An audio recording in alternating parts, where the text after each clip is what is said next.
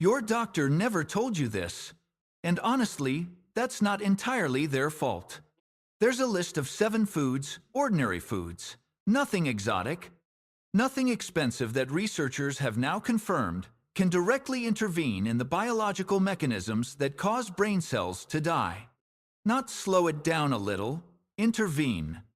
Mechanistically, at the cellular level. And the number 1 food on this list? Most people are eating the wrong version of it every single day and getting 0 benefit.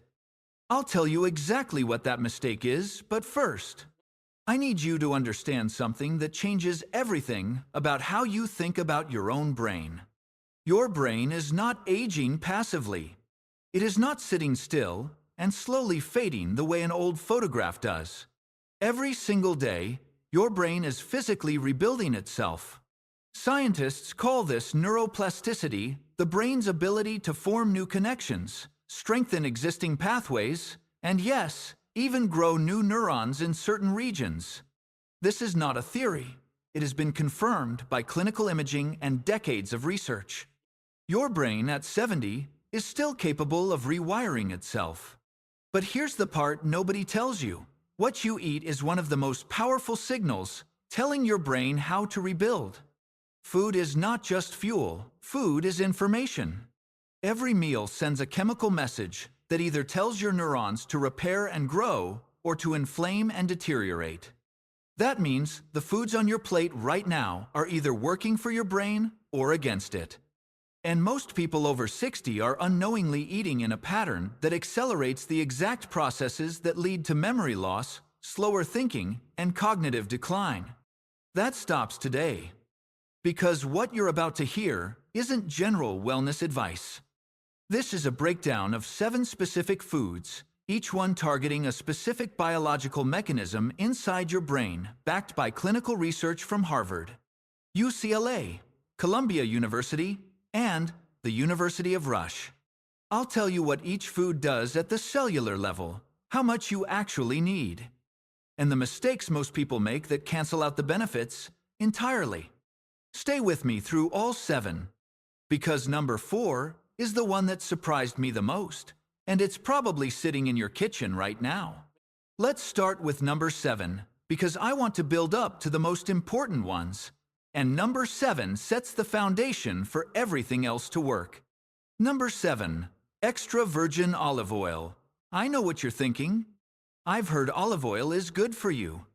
You've heard it so many times it's stopped meaning anything. So let me tell you what it actually does inside your brain, because the mechanism is remarkable. Your brain, like any living system, produces waste. As neurons fire and perform their work, they generate protein byproducts, some of which, if they accumulate, become toxic. You've probably heard of amyloid plaques. These are clusters of misfolded proteins that build up between neurons and disrupt communication. Scientists believe this accumulation is one of the key drivers of Alzheimer's disease. Your brain has a built-in cleanup system for this. It's called autophagy, from the Greek for self-eating. When autophagy is working well, your brain's cellular machinery identifies these damaged proteins and waste products, breaks them down, and recycles or eliminates them. It's essentially your brain's overnight cleaning crew. Here's the problem. As we age, autophagy slows down. The cleaning crew starts calling in sick. Waste accumulates faster than it gets cleared. Extra virgin olive oil specifically, a compound in it called oleocanthal, has been shown in clinical research to directly activate the autophagy pathway. The Predimed trial, a large-scale randomized study, and follow-up research from Louisiana State University both found that people following a Mediterranean diet enriched with extra virgin olive oil maintained superior cognitive function over 4 years compared to control groups. But here is the mistake most people make with olive oil, and it matters. The word extra virgin is not marketing language. It's a quality classification that determines whether the oleocanthal is actually present. Regular olive oil, light olive oil, or olive oil that's been stored improperly or exposed to heat for too long has degraded compounds and dramatically reduced potency. If your olive oil doesn't have a slight peppery burn at the back of your throat when you taste it, the oleocanthal has degraded and you're getting very little of the brain benefit. Use it on salads. Drizzle it over vegetables. Use it in low to medium heat cooking.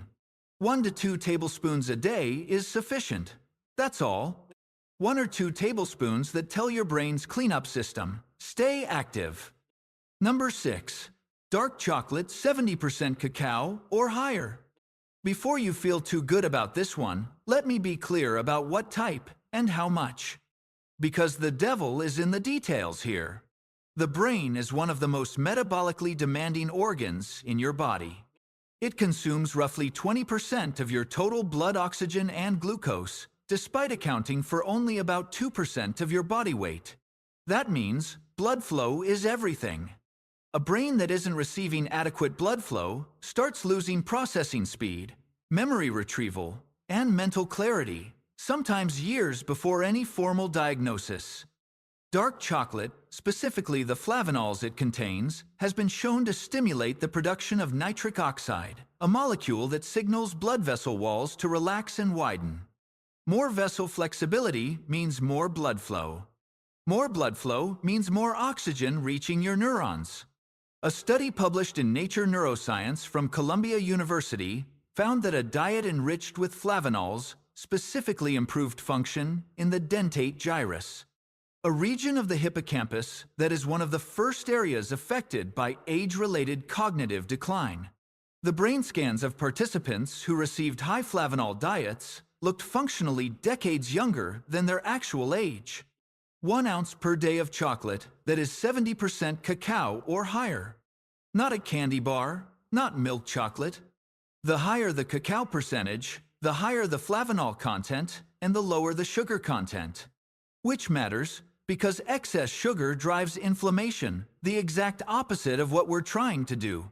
If you're someone who already loves a small square of dark chocolate in the evening, you may have accidentally been protecting your brain for years. If you haven't started yet, now you have a clinical reason to. Number 5. Walnuts. 1 ounce per day. That's about 14 walnut halves. That's the dose. It's not a lot. Here's why it matters at the cellular level. One of the most damaging ongoing processes in an aging brain is something called neuroinflammation, chronic, low-grade inflammation of brain tissue. Unlike the acute inflammation you experience when you cut your finger, neuroinflammation doesn't hurt. You can't feel it. But over time, it erodes the connections between neurons, the synapses where communication happens. It's slow, silent, and cumulative. Neuroinflammation is triggered, in part, by a signaling molecule called NF-κB.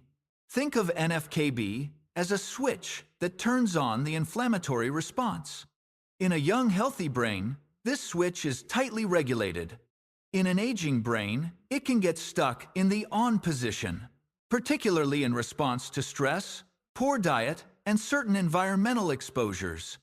Walnuts contain a class of polyphenols, particularly ellagic acid, that have been shown to inhibit NF-κB signaling. They help turn that inflammatory switch back down. Research from UCLA, analyzing data from nearly 4,800 American adults, found that walnut consumers had significantly faster reaction times and better information processing scores than non-consumers, even after controlling for other dietary and lifestyle factors. Are you noticing something? Each one of these foods is hitting a different target. The olive oil activates cellular cleanup. The dark chocolate improves blood flow. The walnuts reduce neuroinflammation. This is not a coincidence. This is what researchers mean when they talk about a multi-layer brain protection protocol. No single food does everything, but together, these 7 create overlapping coverage. Keep that in mind as we move through the next 4, because the pattern becomes very clear. Number 4. Eggs, the whole egg, not just the white. This is the one that surprised me most when I first looked into the research. And I suspect it's the one where you may currently be making a well-intentioned mistake. For decades, people were advised to avoid egg yolks due to their cholesterol content. Many people, particularly health-conscious older adults, switched to egg whites only, or eliminated eggs from their diet entirely. The cholesterol concern has largely been revised by modern nutritional science, but the habit stuck. Here's what you lost when you threw away the yolk: choline. Egg yolks are among the single richest sources of choline in the human diet. Choline is the direct precursor to acetylcholine, one of the brain's most critical neurotransmitters, specifically responsible for memory formation and the ability to learn new information. Your hippocampus, the brain's memory center, runs on acetylcholine. Here is a statistic that should stop you in your tracks. Research analyzing data from over 2,500 adults, published in the American Journal of Clinical Nutrition, found that people with adequate choline intake significantly outperform their peers on both visual memory and verbal memory assessments. And the researchers noted that over 90% of Americans are chronically deficient in choline, not a little low. Deficient. When your brain doesn't get enough choline, it cannot produce sufficient acetylcholine. When acetylcholine levels drop, memory consolidation becomes less efficient. You start experiencing what many people dismiss as normal aging, forgetting names, losing your train of thought mid-sentence, struggling to retain new information. It is not normal. It is, in many cases, a nutritional deficiency. 1 to 2 whole eggs per day provides a substantial amount of your daily choline requirement. If you've been throwing out the yolk, stop. The yolk is the medicine. If there's a legitimate cholesterol concern specific to your health history, speak with your physician, but don't eliminate eggs based on outdated general advice. Comment below if you've been avoiding egg yolks for years. I suspect you're not alone in that. Number 3. Dark leafy greens at least 1 serving per day. I want to talk about something called homocysteine. Because it is one of the most underappreciated threats to brain health in people over 60, and most people have never heard of it. Homocysteine is an amino acid produced naturally during the metabolism of protein. In normal amounts, it's handled efficiently by the body. But when homocysteine levels rise, and they tend to rise with age, particularly when B vitamin intake is insufficient, it becomes directly neurotoxic. Elevated homocysteine damages the walls of blood vessels, reducing the brain's blood supply. It also appears to directly trigger the death of neurons. Folate, one of the B vitamins found abundantly in dark leafy greens, is one of the key nutrients responsible for keeping homocysteine levels in check. When folate levels drop, homocysteine rises. But that's not the only mechanism at work here. Dark leafy greens, spinach, kale, collards, Swiss chard are also rich in vitamin K, which plays a role in the production of sphingolipids, a class of fats that form the structural components of the myelin sheath surrounding your neurons. Think of myelin as the insulation around electrical wires. When it's intact, signals travel fast and accurately. When it degrades, signals slow and distort. The Mind Diet study from Rush University followed participants over years and found that individuals who consumed 1 to 2 servings of leafy greens per day maintained cognitive function equivalent to someone 11 years younger than their actual age. 11 years. That's not a small number. That's a decade of preserved mental sharpness. 1 cup of raw greens or half a cup cooked daily. In a salad, blended into a smoothie, sautéed as a side dish. The form doesn't matter much. The consistency does. Number 2. Fatty fish, salmon, mackerel, sardines, herring, at least twice a week. Your brain is approximately 60% fat by dry weight. Not sugar, not protein fat. And the most critical type of fat for brain structure is DHA, a long-chain omega-3 fatty acid. DHA is not optional in your brain. It is a literal structural component of neuron membranes. The fluidity of those membranes, how easily signals can transfer between cells, depends directly on the DHA content. When DHA levels are low, membranes become more rigid, signal transmission slows, and the efficiency of the entire neural network degrades. Your body cannot manufacture DHA in meaningful quantities on its own. It must come from your diet, and the richest dietary sources are fatty cold-water fish. A 2022 analysis across multiple cohorts, published in the journals Neurology and Nutrients, found that adults with higher omega-3 blood levels maintained larger total brain volume, including in regions associated with memory and executive function, and consistently outperformed lower omega-3 peers on cognitive assessments. Let me say that again clearly. Higher omega-3 levels were associated with literally more brain to work with. Less shrinkage, better function. Twice a week is the target. Wild-caught salmon, mackerel, sardines packed in water, or herring are among the best sources. A palm-sized portion each time is sufficient. If fish genuinely isn't an option for you due to allergies or dietary restrictions, talk to your doctor about algae-based DHA supplements. That's the original source the fish get it from. One thing to know, omega-3 from plant sources like flaxseed and walnuts is a shorter chain form called ALA. The body converts only a small percentage of ALA to DHA. Walnuts are still valuable for their anti-inflammatory polyphenols, as we discussed, but they are not a substitute for the DHA you get from fatty fish. These are complementary, not interchangeable. And now, number 1. I told you at the beginning that number 1 is a food most people are already eating in the wrong form and getting zero benefit. Here it is. Number 1. Blueberries fresh or frozen, half a cup per day. Before you dismiss this, because you've heard blueberries are healthy 100 times, let me show you exactly why the research on blueberries is in a completely different category from general antioxidant claims. Blueberries contain a class of pigments called anthocyanins, the compounds that give them their deep blue-purple color. Here is what makes anthocyanins remarkable, specifically for the brain. They can cross the blood-brain barrier. Most compounds in food cannot do this.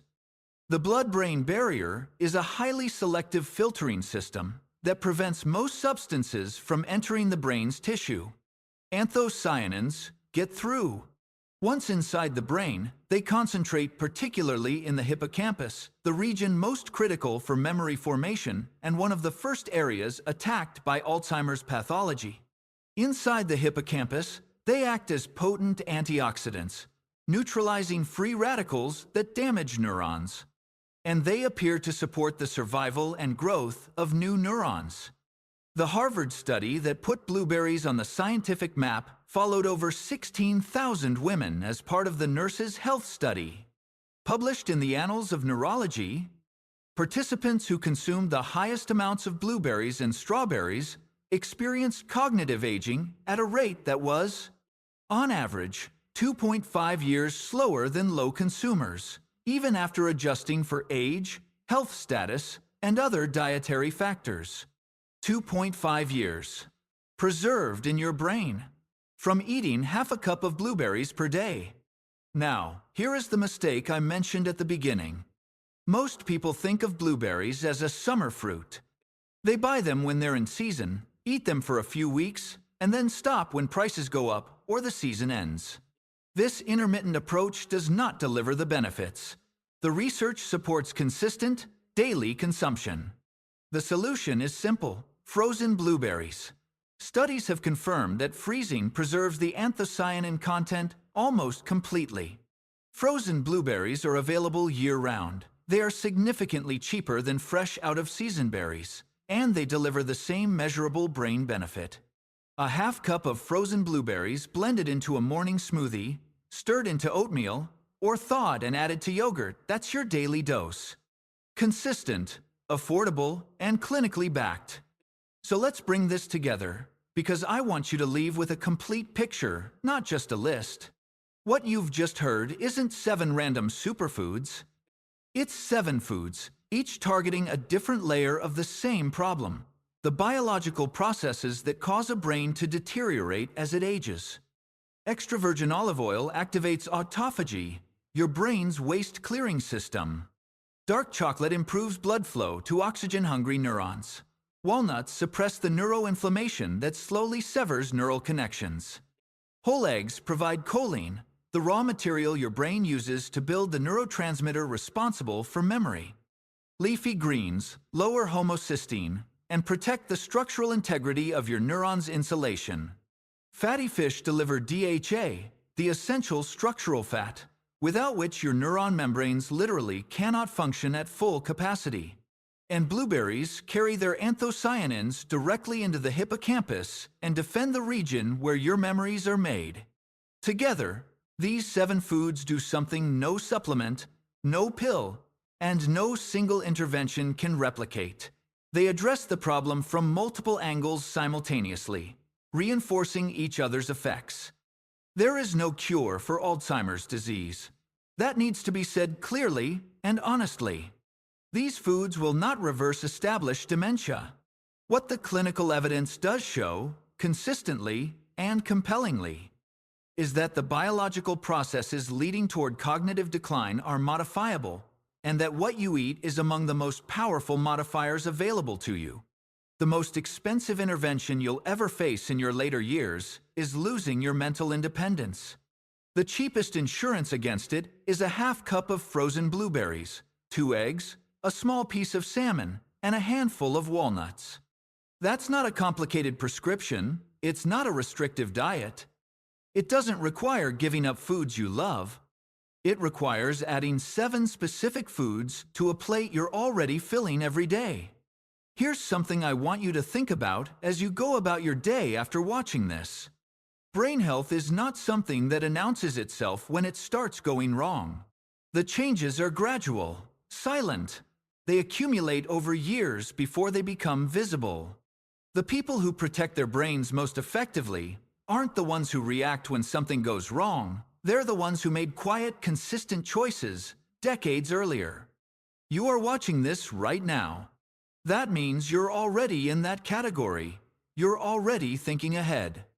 The question is, what do you do with what you just learned? If you found this genuinely useful, and I mean this as a real question, not a scripted moment, drop a comment below and tell me which of the 7 foods surprised you most. Mine was the egg yolk choline research. I genuinely did not expect the magnitude of that deficiency statistic. I want to know what landed for you. If you're watching this and you have a parent, a spouse, or a sibling who is in the habit of throwing away the egg yolk, or who avoids dark chocolate out of guilt, or who buys fresh blueberries only in summer, share this video with them. Send it to them tonight. The information is free. The benefit is real. And the earlier it gets applied, the more meaningful the compounding effect. Like this video if you want to see more content that goes beyond the surface-level health advice and actually explains the mechanisms behind why things work. I go deep on a very specific topic each time, because I think you deserve more than a list. You deserve to understand why. Subscribe if you haven't already. I post consistently, I cite my sources, and I do not waste your time with content that doesn't hold up to scrutiny. Every claim I make, I can point to a peer-reviewed study behind it. That's the standard I hold myself to, because that's the standard you deserve. The next video I'm working on covers something I think is even more counterintuitive than anything in this one. The specific sleep pattern that has been linked in clinical research to dramatically faster amyloid clearance from the brain. And the surprising thing about it is that it's not about how many hours you sleep. It's about when. If that sounds interesting to you, make sure you're subscribed so you don't miss it. Your brain is rebuilding itself tonight while you sleep. Give it the right materials, and it will surprise you.